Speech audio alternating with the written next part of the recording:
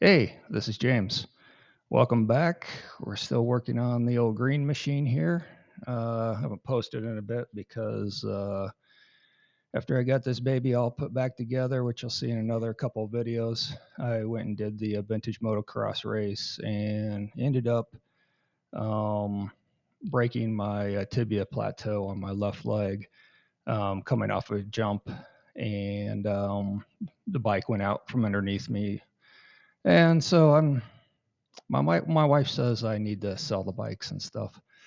So I don't know where we're going here, but yeah, I'm an old guy now, and not so wild about being on crutches here for 13 weeks because of 6 weeks to heal from the surgery of the reconstruction, and then another 6 weeks after that for the cartilage to heal. So hopefully I won't have traumatic neuro, arthritis later on. Um, so here we'll continue on with, I'll tell the rest of the story later on, maybe in the next video of where I'm at on all this motorcycle stuff. I've done it all my life, and maybe it's time to hang up this part of motorcycling. Now, if it was up to my wife, it would be all of it, but I'm trying to sweet talk her not into that one. So here we go with the video here. I'm going to show how I set the sag and adjusted it a little higher for me. I make the comment here later. You got to look for it as I say. Well, I'm going to make this, the adjustment I'm going to make is going to make it a little more hairy for me on the jumps. Little did I know that might be true. When I said the bike went out from underneath me, basically I landed with my feet on the pegs and the bike down, but I think my right foot hit the brake and is going into a left turn after the land into an immediate one, and so the bike went, back tire locked up, and down went the bike, out went my right leg, and I pile drive my left leg into the ground from a pretty decent motocross jump. Nothing spectacular. Maybe if I was more agile and hadn't just recovered from cancer and the chemotherapy and all the crap that goes with effing cancer, and not being an old guy too, I probably would have been able to roll out of it a lot easier. So we're going to set the sag. We're going to change the chain guards and the chain sliders on this video. Enjoy.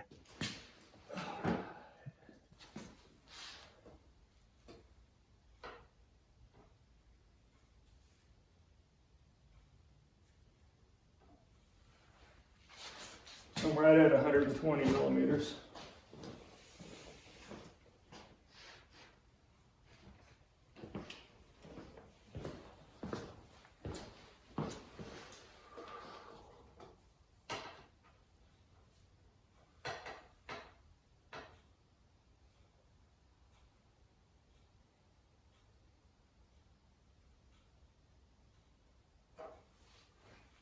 I put a little black tick there where I'm going to keep on measuring from.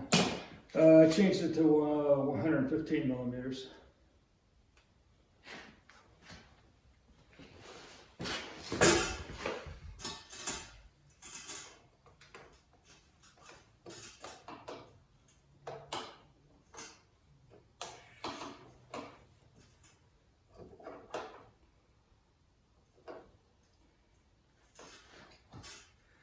Okay, there's measurements on both sides.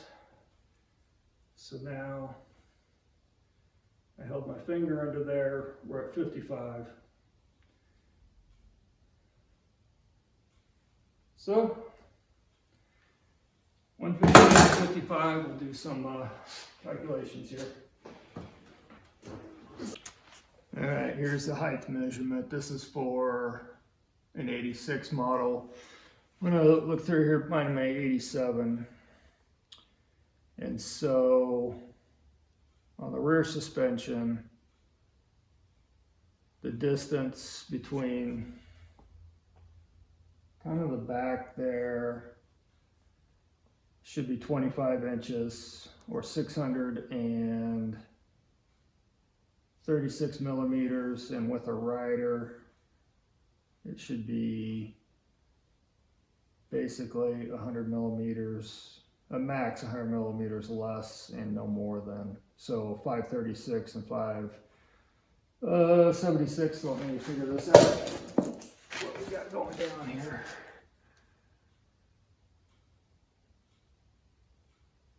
I think I'm gonna, since this is adjustable, I need to measure up to the 0 point here and the 0 point up there, and then we just need to find, 100 millimeter difference is about that right there, which is almost the length of my finger. So just doing that down at 55, rolling it over in 115, it's actually I'm set kind of good for me. I want a little more travel, I want more height on it, so I'm gonna actually, and my son who weighs, my big son that's taller than me and outweighs me by 50 pounds, rides it, so I think I'm gonna add a little bit. I'm gonna go ahead and pop it up, even though it's gonna be out of spec, but it'll make it more comfortable for him to ride. And more hairy for me to do jumps with.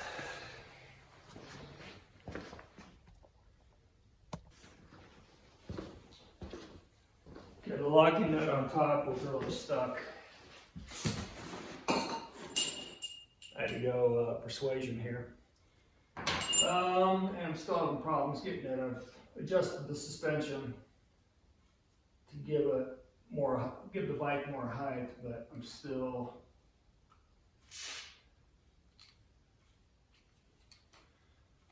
I had to knock things loose with this. Kind of really scarred up that locking king nut. But I'm ready to test it again. I lowered it down. I had to use some the blaster to penetrate into oil.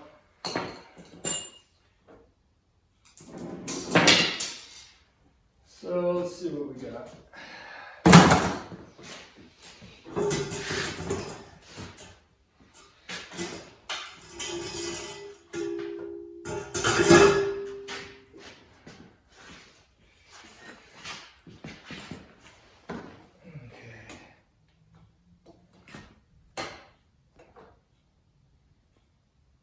So that moved it 5 millimeters. If I go off of there,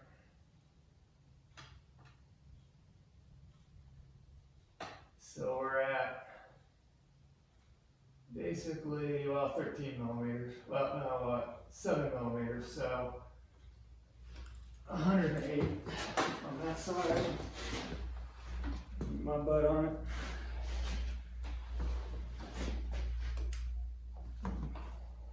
I'm up in the saddle.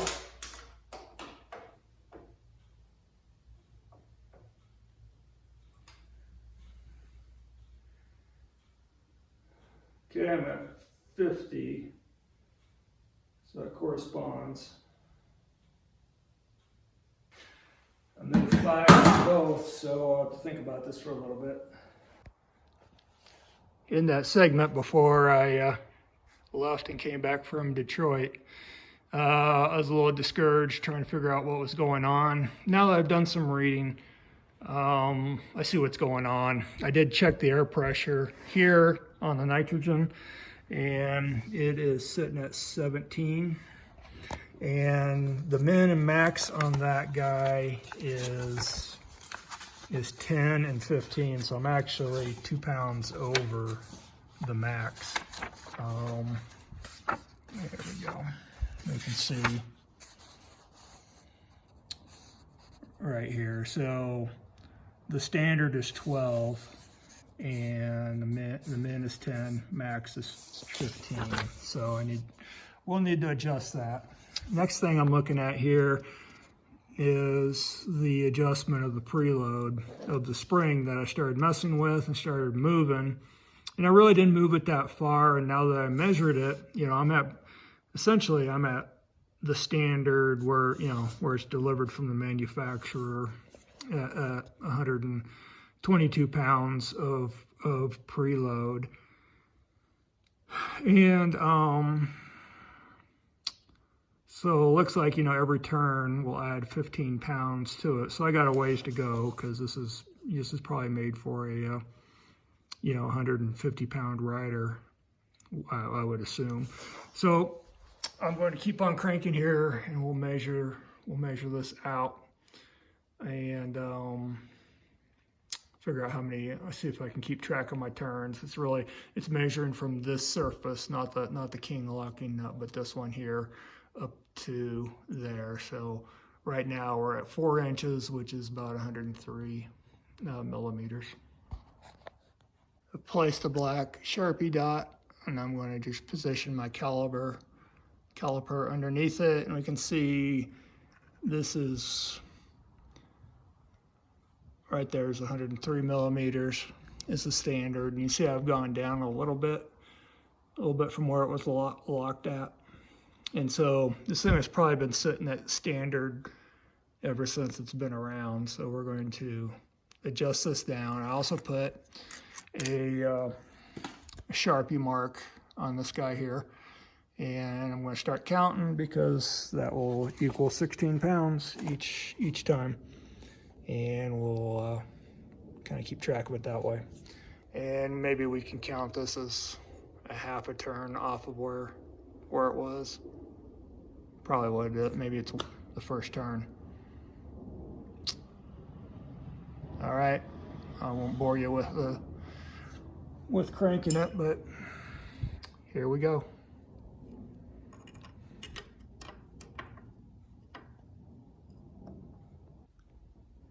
I've gone 3 turns now, and so 16 plus 16 plus 16 is 48.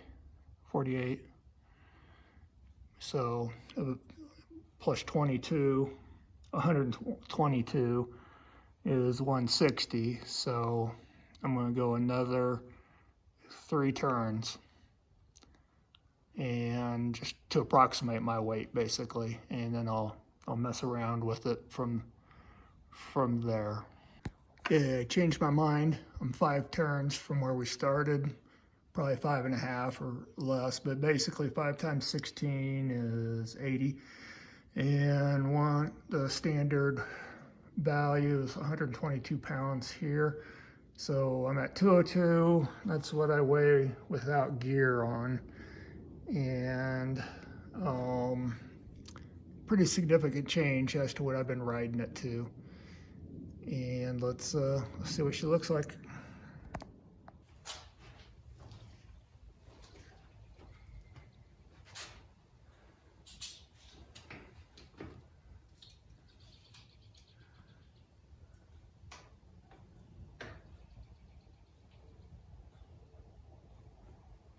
All right, we're sitting at 100 millimeters here.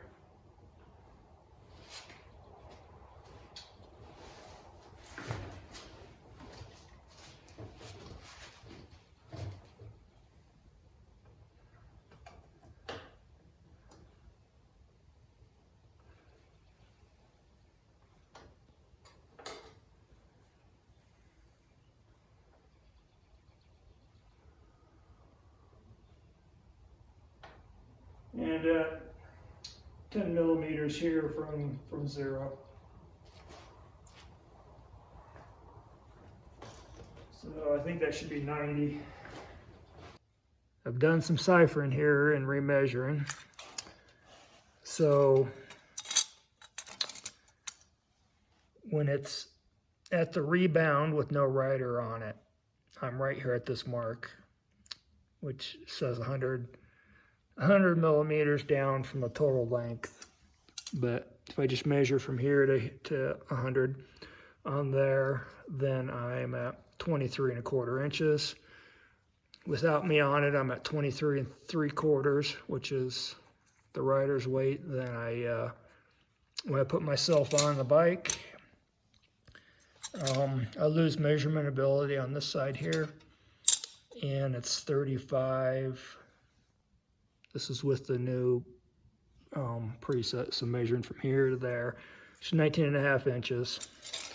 So if we're looking at it, if I measure up my caliper here to the back side of 35 and 100 on this side, I'm sitting right at 90 millimeters of sag. And you know, I'm just shooting for 33% of travel, and there's 330. So long as I didn't change, no one has changed the link bars or the dog bones under there. Hopefully, yeah, I have 13 inches of travel, which is 330 millimeters. And so I'm at 27% right now with the 5 turns down. And I have an estimated preload weight right here on the spring of 202. So I'm going to go another full turn, add 16 pounds to that to bring me up to 218, and I'll remeasure everything. And we'll see what we get.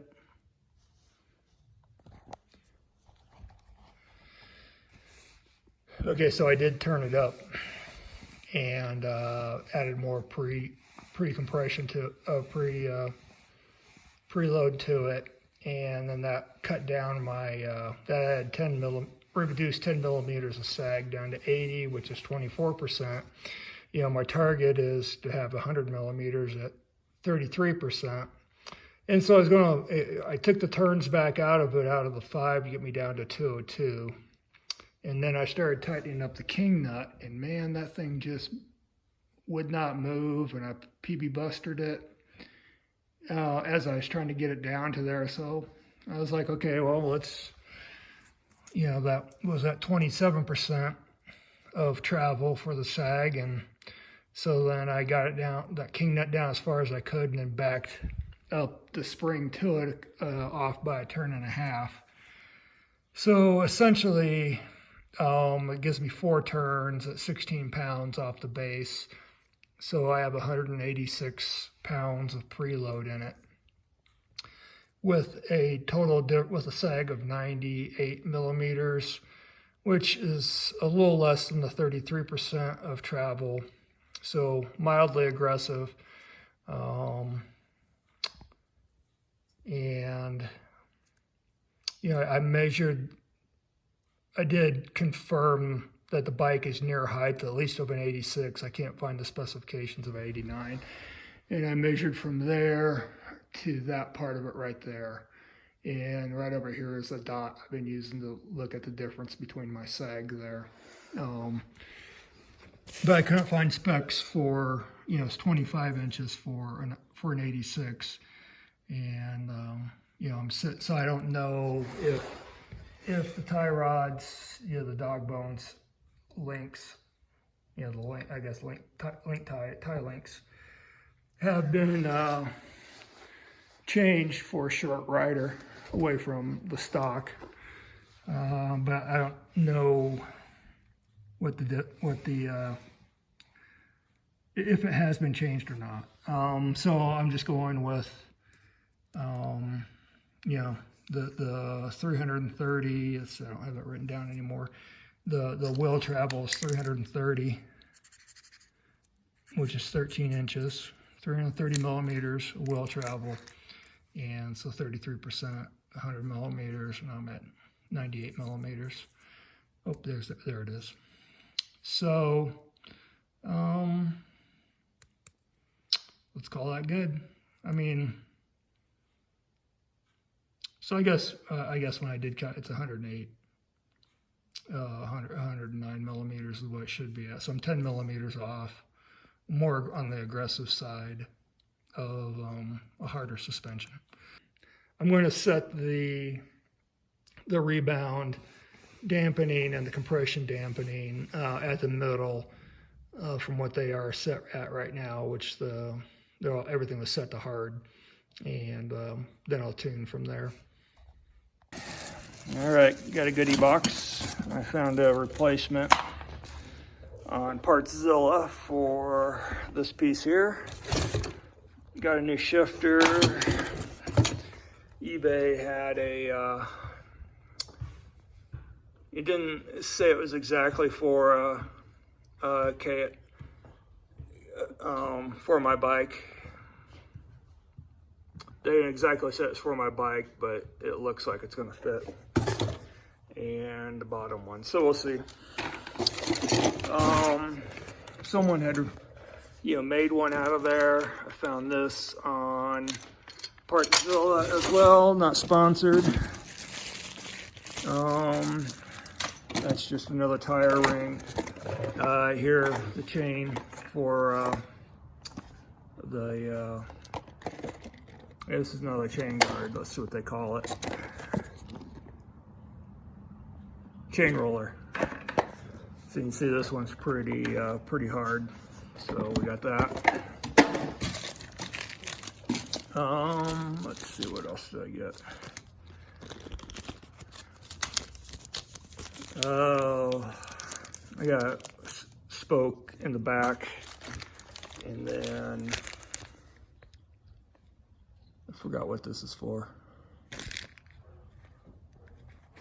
I think it's a couple screws. I saw it looked like I needed. And then I picked up another shifter. I got kind of a big foot, and I have problems where it's at. I couldn't find any measurements on this to see if it was going to be bigger. I'm going to try it out and see. If not, maybe I'll have my son break out the welder on this one, because this is aluminum and harder to weld. But see if we can lengthen that out a little bit or do something to make it easier. And got this back end. I got this back on.